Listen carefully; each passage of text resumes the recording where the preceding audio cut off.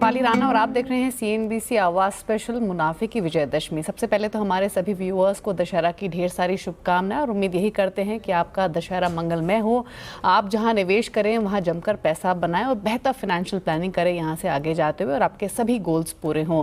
लेकिन आज के स्पेशल शो में हम समझेंगे कि मार्केट्स का मूड कैसा है, बिगनर की स्ट्रैटेजी क्या होनी चाहिए, एक्सपोजर अभी कहाँ लेना चाहिए, लार्ज कैप्स, मिड कैप्स, या फिर ये समय है अपनी स्ट्रैटेजी को रीलुक करने का। और सबसे इंपॉर्टेंट बात ये कि क्या करना चाहिए कि इन्वेस्टर को भी और क्या नहीं करना चाहिए। तो ये डूज एंड डोंट्स भी समझेंगे और इसमें मदद करेंगे हमारे साथ हमारे दो एक्सपर्ट।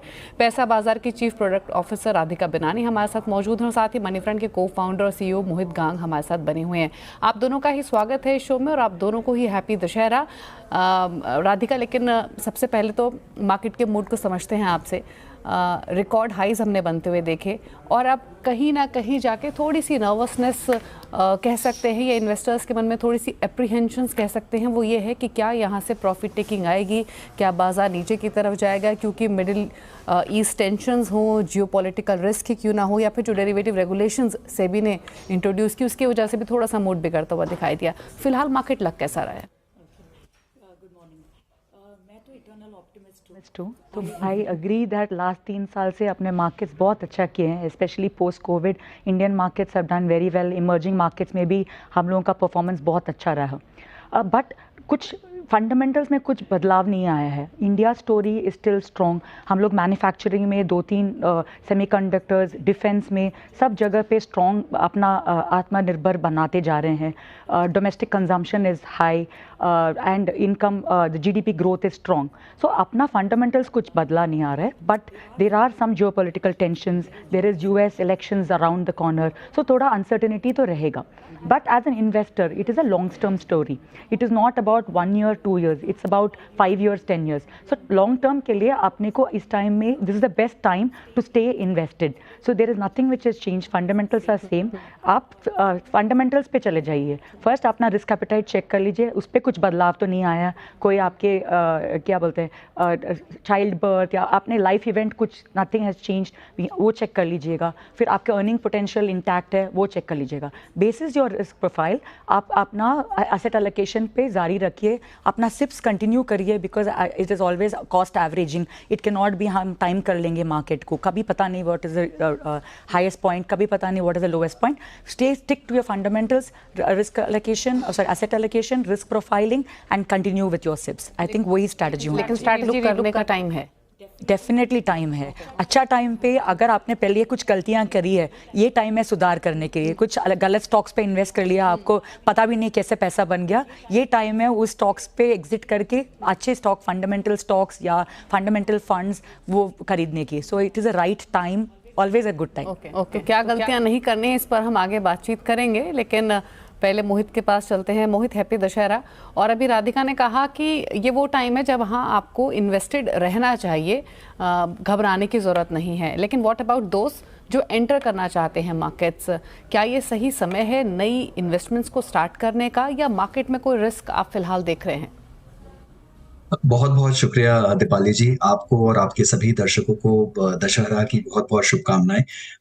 तो देखिए, मार्केट में मेरे लिहाज से जो सबसे बेस्ट टाइम होता है एंट्री का, वो जैसा कि बोलते हैं that was the best time was yesterday और the second best time is today. तो मार्केट में अगर आप लंबी अवधि के लिए निवेश कर रहे हैं, जैसा कि राधिका जी ने भी कहा, तो कोई भी टाइम गलत नहीं होता है। हाँ, आपको ये जरूर देखना होगा कि फिलहाल मार्केट के आंकड़े किस तरह के हैं, फिलहाल मार्केट का माहौल किस तरह का है, राइट। और उस तरह से आप अपने निवेश की जो प्रक्रिया है उसको आप पेस आउट कर सकते हैं। तो जैसा आपने ठीक से कहा कि अभी फिलहाल कुछ जियोपॉलिटिकल टेंशंस चल रही है, वेस्ट एशिया का माहौल ठीक नहीं है, ऑयल भी ऊपर नीचे हो रहा है, हालांकि अभी नीचे स्तर पर आ रखा है। बट अगर एस्केलेशन से कहीं ऑयल ऊपर के स्तर पर जाता है तो भारत के लिए थोड़ा सा खतरा हो सकता है। और अगर आप अर्निंग्स ग्रोथ भी देखेंगे, इस साल के जो प्रोजेक्शंस हैं EPS ग्रोथ के, वो कुछ इतने खास नहीं लग रहे हैं। इसके बैकड्रॉप में जो भारतीय मार्केट है उसने बहुत ही बेहतरीन प्रदर्शन दिया है। पिछले 2 सालों से जबरदस्त रैली रही है मार्केट के अंदर में। और अगर आप इस साल भी देखेंगे YTD, तो भारतीय मार्केट जो है वो हैंगसेंग के बाद विश्व का दूसरा बेस्ट मार्केट है अब तक का। फिलहाल पिछले 10-15 दिन या आप कह लीजिए 1 महीने से हमने कुछ वोलेटिलिटी देखी है यहाँ पर। तो कुछ हद तक मार्केट के वैल्यूएशंस थोड़े से अनरीजनेबल हो गए हैं। कुछ पॉकेट्स में, कुछ जोन्स में थोड़ा सा बबल फॉर्मेशन सा हो गया है, बहुत ओवर स्ट्रेच हो गया है मार्केट। और जैसा मैंने कहा कि मार्केट का अर्निंग्स ग्रोथ इस क्वार्टर में और आने वाले इस फाइनेंशियल ईयर में इतना अच्छा नहीं लग रहा है, तो उसके चलते मार्केट एक तरह से टाइम करेक्ट हो रहा है। आप ये कह लीजिए, वैल्यू करेक्शन हमने अभी तक इतना डीप नहीं देखा, राइट? तो मेरे लिहाज से देखिए, जो लंबी अवधि का निवेशक है, उसको कभी भी इन छोटे-मोटे उतार-चढ़ाव को ध्यान में नहीं रखना चाहिए। आप एक सिस्टमैटिक तरीके से, चाहे वो एसआईपी की प्रक्रिया हो, चाहे वो सिस्टमैटिक ट्रांसफर प्लान की प्रक्रिया प्रक्रिया हो, कि आपने एक डेट फंड में डालकर धीरे-धीरे आप अपना एलोकेशन जो है इक्विटी में मूव करिए। मुझे लगता है कि अगले 3 से 6 महीने तक, यानी अब से लेकर मार्च तक, आप जो भी निवेश करेंगे, आप काफ़ी अच्छे स्तर बाज़ार में देख पाएँगे, और ये जो निवेश है, ये आगे जाकर आपको बहुत अच्छा रिटर्न बना के देगा। तो अभी आपके पास जो भी लिक्विडिटी है, आप उसको थोड़ा-सा स्टैगर करिए और 3 से 6 महीने के अंदर आप उसे डिप्लॉय करने की कोशिश करिए। ओके, तो यानी मोहित के हिसाब से it is the right time to invest कहाँ करना चाहिए वो पूछेंगे मोहित से, लेकिन Radhika, if not an year but for surely 6 month से ये डिबेट तो रही है कि लार्ज कैप में पैसा लगाएं या फिर मिड कैप्स में, और एक कंसेंसस व्यू यही निकल कर आया पिछले 6 महीने के दौरान कि पैसा लार्ज कैप्स में शिफ्ट करने का टाइम है। लेकिन फैक्ट ये है कि अगर आप रिटर्न्स देखेंगे तो क्वालिटी मिड कैप्स ने लार्ज कैप्स के मुकाबले ज़्यादा पैसा पिछले 6 महीनों में बनाया है। हाँ, जहाँ क्वालिटी नहीं थी वहाँ पर हमने थोड़े से कंसर्न्स देखे हैं। आप किसके साथ जाना चाहेंगी यहाँ पर? दोनों में एक डाइवर्सिफाइड एलोकेशन रखना चाहिए या फिर लार्ज कैप्स पर ज़्यादा फोकस करें इस टाइम? आई थिंक अभी अनसर्टेनिटी के टाइम पे माई झुकाव would be towards large caps, because mid caps and small caps में थोड़ा वैल्यूएशंस बबल थोड़ा सा हिट कर गया है, इसलिए वॉलेटिलिटी अभी उन पे ज़्यादा रहेगी। तो large cap would be my go to strategy, large cap and also some amount of index funds. So I think वो दोनों के बीच में आपने को इन्वेस्ट करके रखना चाहिए। एंड जैसे मोहित जी ने कहा था, अगर आपके पास नेक्स्ट 6 मंथ्स तक टाइम है, थोड़ा कैश में भी रखिए ताकि कुछ डिप्स होए तो उस टाइम में डिप्लॉय करने में आपको एवरेज कॉस्ट कम हो जाएगा। तो इसीलिए कैश में रखने के लिए शॉर्ट टर्म से स्मॉल फाइनेंस बैंक में हायर इंटरेस्ट रेट में रख सकते हैं and deploy it over 6 months. इसको और थोड़ा सा आसान कर लेते हैं। सपोज कीजिए मैं पोर्टफोलियो यहाँ पर क्रिएट करना चाहती हूँ, तो 100 में से कितना परसेंटेज मैं अभी डिप्लॉय करूँ और बाकी percentage with in staggered manner में 6 मंथ्स में लगाऊँ? मैं आई थिंक स्टैगर्ड मैनर में ही रखना चाहिए because it's only 6 months. So I would say that all the you could do it over 6 months, divided by 6 and do it over 6 months would be my strategy, because 6 months is not a long time. अभी थोड़ा उतार चढ़ाव होता रहेगा, so buying in dips is possible.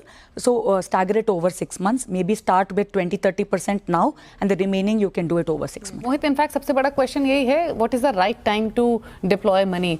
क्योंकि markets को अगर हम देखें तो एक दिन डिप लगते हुए भी देखे हमने और बाकी दिन काफ़ी शानदार अच्छी रिकवरी भी दिखी, तो कब वो अपॉर्चुनिटी ग्रैब करनी है वही सबसे बड़ा क्वेश्चन है। जैसे आपने भी मेंशन किया, राधिका जिसका जिक्र भी कर रही थी कि over 6 months of time it is the time to deploy the money. आपके हिसाब से किन किन पॉकेट्स के साथ फिलहाल जाना चाहिए, कैसे शुरुआत करें, कैसे अपनी इन्वेस्टमेंट्स को स्प्रेड करें फॉर 6 मंथ्स?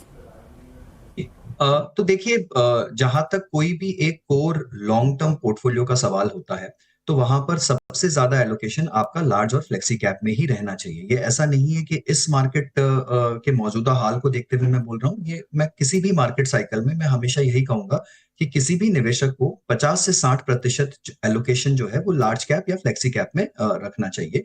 उसके बाद का जो 50% है वो आप मिड स्मॉल कैप में एलोकेट कर सकते हैं, या फिर आप कुछ बैलेंस्ड फंड ले सकते हैं। ये मैं सिर्फ इक्विटी पोर्टफोलियो की बात कर रहा हूँ यहाँ पर। मैं ये समझ रहा हूँ कि आपने अपना फिक्स्ड इनकम एलोकेशन अलग रख रखा है और ये स्ट्रेटेजिक पोर्टफोलियो है। ये भी हो सकता है कि हर निवेशक कुछ 10 से 20% पैसा टैक्टिकल अपॉर्चुनिटीज के लिए या टैक्टिकल पोर्टफोलियो को अपना अलग रखना चाहे। तो जहां तक लार्ज कैप का सवाल है, वहां पर आप एक अच्छा पैसिव इंडेक्स फंड का आप अपने पोर्टफोलियो में चुनाव कर सकते हैं, और मिड और स्मॉल कैप के अंदर में आप एक्टिव पोर्टफोलियोज या फिर कुछ फैक्टर बेस्ड पोर्टफोलियोज का आप अपने पोर्टफोलियो में चुनाव कर सकते हैं। टैक्टिकल अपॉर्चुनिटीज में दीपाली, मुझे लगता है कि फिलहाल अगर आप देखें तो प्रेशियस मेटल्स यानी सोना और चांदी, इनके जो कमोडिटी एलोकेशंस है वो देखे जा सकते हैं, या फिर चाइना में फिलहाल काफी अच्छी रैली देखने को मिल रही है। चाइनीज मार्केट में चाइनीज सेंट्रल बैंक काफी सारा पैसा इन्फ्यूज कर रही है, वहां के पॉलिसी रेट्स जो है उसे नीचे करे गए हैं और इकोनॉमी को वापस किक ऑफ करने के लिए बहुत सारे तरह तरह के मेजर्स लिए जा रहे हैं। तो टेक्टिकल अपॉर्चुनिटी के लिहाज से अगर आप देखेंगे तो चाइना भी एक अच्छी अपॉर्चुनिटी बनकर उभरता है। और हमने ये भी देखा है कि भारतीय बाजारों में जो अभी फिलहाल की वोलेटिलिटी रही है, उसका एक बड़ा कारण ये भी है कि थोड़ा-सा एफआईआई का जो पैसा है, वो इंडिया से एलोकेशन हटकर चाइना की तरफ मूव कर रहा है। तो टैक्टिकल एलोकेशन के लिहाज से मुझे ये भी लगता है कि आप इस अपॉर्चुनिटी को भी अपने पोर्टफोलियो में देख सकते हैं। ओके। अच्छा राधिका, जब दिवाली दशहरा की बात होती है तो ये आइडियली वो समय होता है जब लोग घर खरीदते हैं, गाड़ी खरीदते हैं, पोर्टफोलियोज बनाते हैं। आपने भी जिक्र किया कि लार्ज कैप और इंडेक्स फंड के साथ ज़्यादा कन्विक्शन आपका रहेगा। तो अगर किसी को पोर्टफोलियो क्रिएशन करना हो इस समय, भले ही चाहे स्टैगर्ड मैनर में वो पैसा लगाए, हम आमतौर पे बात करते हैं कि डाइवर्सिफाइड पोर्टफोलियो होना चाहिए, 5 से 6 मैक्स 7 फंड्स आप रख सकते हैं, एएमसीज में भी डाइवर्सिफिकेशन रखें। तो जब लार्ज कैप और इंडेक्स फंड की आप बात कर रही हैं तो आपके हिसाब से आप इन्हीं 2 चॉइसेस के साथ सजेस्ट करेंगे व्यूअर को जाना, या फिर कौन कौन से कैटेगरी ऑफ फंड्स आप रखना चाहेंगे एक पोर्टफोलियो अगर इस समय क्रिएट करना हो तो? हाँ, मैं बता देती हूँ। फर्स्ट लार्ज कैप्स, जैसे मोहित जी ने बोला फ्लेक्सी कैप्स, इंडेक्स फंड्स, ये 3 हो गया आपके equity investment. Right. Then that could be typical investor का 50 to 60% इक्विटी हो गया। फिर 15% to 20% डेट में बहुत सारे ऑप्शंस है। अभी गिल्ट फंड्स है जो इंटरेस्ट रेट अभी हाईएस्ट में है, जब कम होएगा तब उनका यील्ड्स बेटर होगा। So gilt funds use, debt funds के लिए आप गिल्ट फंड्स यूज कर सकते हैं। And 10 to 15% gold and silver, that can be direct exchange traded funds या सॉवरेन गोल्ड बॉन्ड्स, वो यूज कर सकते हैं। And the last 10 to 15% cash, so that when कभी बहुत ज़्यादा डिप कर गया तो बाय इन करने के लिए आपके पास कैश रहेगा। So that would be the way I will construct my portfolio. कुछ भी सजेस्ट करना चाहेंगे स्पेसिफिक कैटेगरीज में? I am not the expert, but categories would be typical larger AMC. मेरा हमेशा लार्जर एएमसी के तरह झुकाव है, but I am not the day to day person. चलिए मोहित करेंगे इसमें। तो मोहित, अब आपके हिसाब से इस दशहरा के मौके पर पोर्टफोलियो बनाना हो अगर मुझे, तो आपकी चॉइस के हिसाब से अगर जाना चाहूँ तो किन किन फंड्स के साथ मैं एक पोर्टफोलियो बना सकती हूँ? जी, तो दीपाली जी देखिए, जैसे लार्ज कैप में मैंने कहा कि आप एक पैसिव इंडेक्स फंड का चुनाव कर सकते हैं, तो वहां पर next Nifty 50 index fund Pru ICICI का, वो मुझे काफी अच्छा लगता है। वो या फिर Pru Nifty 50 index fund, depend करता है कि आप किस तरह का पोर्टफोलियो कंस्ट्रक्ट कर सकते हैं। उनमें से कोई एक या दोनों फंड का आप चुनाव कर सकते हैं। लार्ज और मिड कैप कैटेगरी का एक मोमेंटम फंड है, factor based, UTI Nifty 200 momentum 30 index fund. ये मुझे काफी अच्छा लगता है। इसमें लार्ज और मिड कैप का थोड़ा सा मिश्रण है और मोमेंटम शैली पे चलता है, तो इसको आप अपने पोर्टफोलियो में शामिल कर सकते हैं। उसके बाद मिड कैप के अंदर में मुझे DSP mid cap 150 quality 50 index fund, जो कि 50 अच्छी कंपनियां मिड कैप क्षेत्र की जिन्हें क्वालिटी के फैक्टर पर वो लोग सेलेक्ट करते हैं, आप उसका चुनाव कर सकते हैं। यहाँ पर अगर आप कोई एक्टिव फंड लेना चाहेंगे तो फिर ईडलवाइज मिड कैप फंड का चुनाव किया जा सकता है। और अगर स्मॉल कैप की कैटेगरी देखूं तो वहां पर मेरी चॉइस रहेगी बंधन स्मॉल कैप फंड, राइट। और जैसा मैंने कहा कि टैक्टिकल एलोकेशन अगर कोई करना चाहे तो उसके लिए ईडलवाइज ग्रेटर चाइना फंड है। और सिल्वर या गोल्ड अगर कोई करना चाहे तो इसके काफी सारे ईटीएफ्स मार्केट में मौजूद हैं, या फिर काफी सारे फंड ऑफ फंड्स भी, इंडेक्स फंड्स भी मार्केट में आपको मिल जाएंगे। ओके। लेकिन एक चीज़ इंटरेस्टिंग है राधिका एंड मोहित, आपके लिए भी, कि हम जब over the period of time returns की बात करते हैं म्यूचुअल फंड्स में तो 12% 13% ऑन एन एवरेज रिटर्न लेते हैं। लेकिन आई नो मैनी इन्वेस्टर्स जो पिछले 5 साल 6 साल से इन्वेस्टेड हैं और 100%, मोर देन 120% तक रिटर्न्स उनके म्यूचुअल फंड पोर्टफोलियोज उनको लेंड कर रहे हैं। तो इतनी स्टेलर मनी बनी है। लेकिन ज़रूरी होता है इस तरीके का पैसा कमाना तब जब आप स्ट्रैटेजी सही रखें, गलतियां ना करें। तो ये कौन सी वो गलतियां हैं जिनको आपको अवॉइड करना है? क्या सही स्ट्रैटेजी आपकी होनी चाहिए एक बार पोर्टफोलियो क्रिएट करने के बाद? इन दोनों पहलुओं को समझेंगे हमारे दोनों ही एक्सपर्ट से। छोटे से ब्रेक के बाद जल्द वापस आते हैं।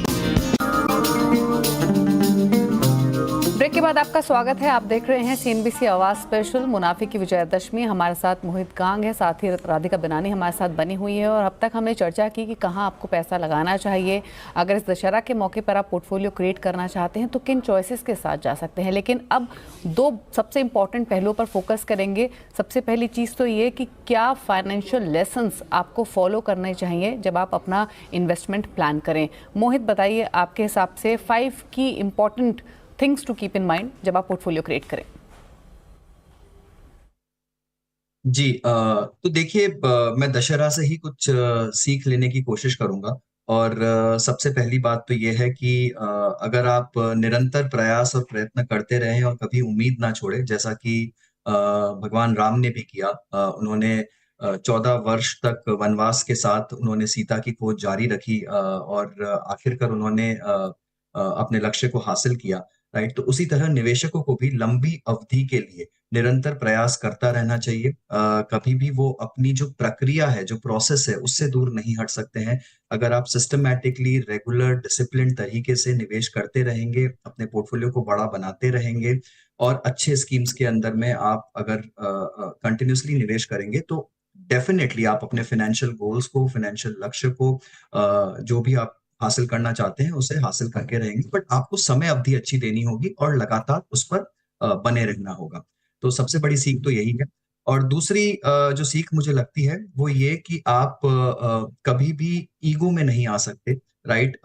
तो जैसा कि हमने देखा रावण बहुत बलशाली था, भगवान शिव का महाभक्त था, पर फाइनली अपने ईगो के अंदर में, अपने घमंड के अंदर में, अपने अहंकार में उसने सब कुछ खो दिया, राइट। तो इसी तरह निवेशक भी कभी ये नहीं सोच सकता कि वो मार्केट से बड़ा हो गया है, चाहे उसने कितने भी अच्छे रिटर्न बनाए हो। जैसा दीपाली जी आप बोल रहे थे, बहुत निवेशकों ने बेहतरीन रिटर्न देखा है लास्ट 1 साल में, कुछ 100% रिटर्न भी देखा होगा किसी ने, राइट। पर ऐसा नहीं हो सकता कि आप खुद को मार्केट से बड़ा समझे और अपने प्रोसेस से हट जाए, अपने एसेट एलोकेशन से हट जाए।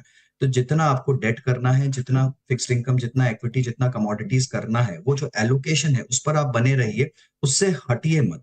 आप मार्केट के मूड में आकर, बहाव में आकर इक्विटी को बहुत ज्यादा नहीं बढ़ा सकते अपने पोर्टफोलियो में, एक्सेसिव रिस्क नहीं ले सकते। तो एक्सेसिव रिस्क लेने का जो सवाल होता है वो कहीं ना कहीं जाकर आपके पोर्टफोलियो को खत्म कर सकता है, काफी ज्यादा लॉसेस दे सकता है। तो यहाँ पर आपको अपने ईगो को साइड में रखना होगा। और तीसरी और आखिरी बात जो मैं कहना चाहूंगा वो ये है कि कभी भी अपनी लक्ष्मण रेखा को मत लांघिए। लक्ष्मण रेखा यानी जो आपका डिटरमिन्ड एसेट एलोकेशन है, जो राइट मिक्स ऑफ प्रोडक्ट्स है आपके पोर्टफोलियो में, चाहे वो large cap, mid cap, small cap हो, चाहे वो डेट, एक्विटी, कमोडिटीज हो, चाहे वो value style, quality style, momentum style या कोई स्टाइल हो। तो जो भी आपने डाइवर्सिफिकेशन कर रखा है उसे बना के चलिए, क्योंकि आपको कभी नहीं पता कब किस मौके पे मार्केट में कौन सी साइकिल आ जाएगी। तो अपनी बनाई हुई सीमा को, लक्ष्मण रेखा को मत लांघिए। अगर आप उसे लांघेंगे तो कहीं ना कहीं जाकर उसके परिणाम जो हैं वो आपके लिए अच्छे नहीं होंगे। तो ये 3 बातें, 3 सीख मुझे मिलती हैं। ओके राधिका, आपके हिसाब से वो फाइनेंशियल लेसन्स जो हर किसी को फॉलो करने चाहिए, जो आप इस दशहरा से ड्राइव करती हैं? मैं मोहित जी को सुन रही थी तो मेरा भी सेम लेसन है, पर थोड़ा डिफरेंट टेक है। सेम सीख तो सेम है बट अलग अलग टेक है। फर्स्ट है स्टिक टू बेसिक्स। तो फॉर एग्जांपल हम लोगों को ये करना चाहिए, we are so use to इतना रिटर्न्स, आपने 100% 120% रिटर्न्स, सो अपने को नेक्स्ट फ्यू ईयर्स में अगर रिटर्न्स कम आए, but we have to see क्यों कम आ रहा है। तो whether are we doing the right basic things, have I done my risk profiling right, have I done my asset allocation right, have I been systematic about it. अपने अंदर का evil अगर मैंने हटाया तो फिर जीत होगा। तो ईविल क्या होता है? तो unnecessary credit card expenditure, not sticking to budgets, not sticking to asset allocation, not sticking to buying on tips. All of those evils you have to avoid so that you get विजय के पथ पे आप जा सकते हैं. That is point number 1. Second is patience. Patience तो बहुत ज़रूरी है, because we are used to, at least in the last 3 years, used to quick money, quick returns. So patience, जब patience test होता है तब जाके अपने को basics check करना पड़ता है. सब heart rate increase हो रहा है तो उसका कुछ कारण होगा ना, तो वो कारण को check करना है. Maybe not right asset allocation, acting on tips. तो वो सेकेंड चीज़ है. एंड थर्ड इज़ अपना ह्यूमिलिटी कभी खोना नहीं है. एक बार हम लोग का 25% रिटर्न आ गया कि मेरे को हर बार 25% रिटर्न आएगा, और इन्वेस्टिंग इन समथिंग, इस पे ह्यूमिलिटी क्या है ये मेरे को समझ नहीं आता है. वो क्लियर सीमा, लक्ष्मण रेखा जो उनकी शब्द में यूज़ करना चाह रही हूँ, वो लक्ष्मण रेखा अपने को पता होना चाहिए कि हमको ये समझ नहीं आता है, मेरे को फ्यूचर्स एंड ऑप्शन समझ नहीं आता है, या मेरे को क्रिप्टो करेंसी नहीं समझ आता है. सो जो नहीं समझ आता है उसको अपने आपको पता होना चाहिए और उस पर वेंचर नहीं करना चाहिए. सो ये 3 सीख है मेरा. ओके तो इनफैक्ट राधिका ने इन 3 सीख में ये भी बताई आपको 3 इंपॉर्टेंट बातें कि क्या करना नहीं है. तो मोहित से भी पूछ लेते हैं. मोहित, कुछ वो इंपॉर्टेंट बातें या वो इंपॉर्टेंट गलतियां जो इन्वेस्टर्स करते हैं और जो उनको अवॉइड करनी चाहिए? देखिए आई थिंक जो सबसे पहली गलती ये है कि आप बिना लक्ष्य बनाए, बिना किसी फाइनेंशियल गोल के अगर आप निवेश की प्रक्रिया को शुरू करते हैं, तो आप हमेशा भटकते रहेंगे। आप अपने पोर्टफोलियो में कुछ भी शामिल करेंगे, कभी भी उसे निकालने की कोशिश करेंगे, बिकॉज़ आपको पता ही नहीं है कि आप किस चीज़ के लिए धनराशि को इकट्ठा करना चाहते हैं, उसका टेन्योर क्या है, उसके लिए आपकी क्या प्रक्रिया है। तो सबसे पहली बात तो निवेश की प्रक्रिया बिल्कुल ठीक होनी चाहिए। दूसरा, मैंने अक्सर देखा है कि बहाव में आकर आप बहुत ज़्यादा एलोकेशन इक्विटी में कर देते हैं और काफ़ी हद तक निवेशक इमरजेंसी कॉर्पस भी नहीं रखते हैं अपने पास में। तो उस तरह की गलती से बचिए। जो एक फिक्स्ड इनकम का एलोकेशन है, जो डेट का एलोकेशन है और जो आपका इमरजेंसी कॉर्पस है, वो तो होना ही चाहिए किसी भी पोर्टफोलियो में।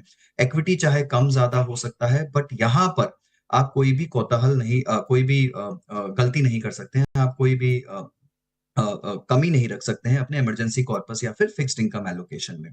तीसरी गलती मैंने अक्सर देखा है कि लोग अपने एसआईपी की प्रक्रिया को रोक देते हैं बीच में। ये जो कंपाउंडिंग की जर्नी है, आप उसे कभी भी खत्म नहीं होने दे सकते, आप उसे कभी भी बीच में रोक नहीं सकते। जितना ज़्यादा आप उसको काटेंगे, रोकेंगे, उसके साथ में बदलाव करेंगे, उतनी ही ज़्यादा वो आपके लिए लंबी हो जाएगी और आपको जो रिटर्न्स की अपेक्षा है, वो आपको कभी नहीं मिल पाएँगे।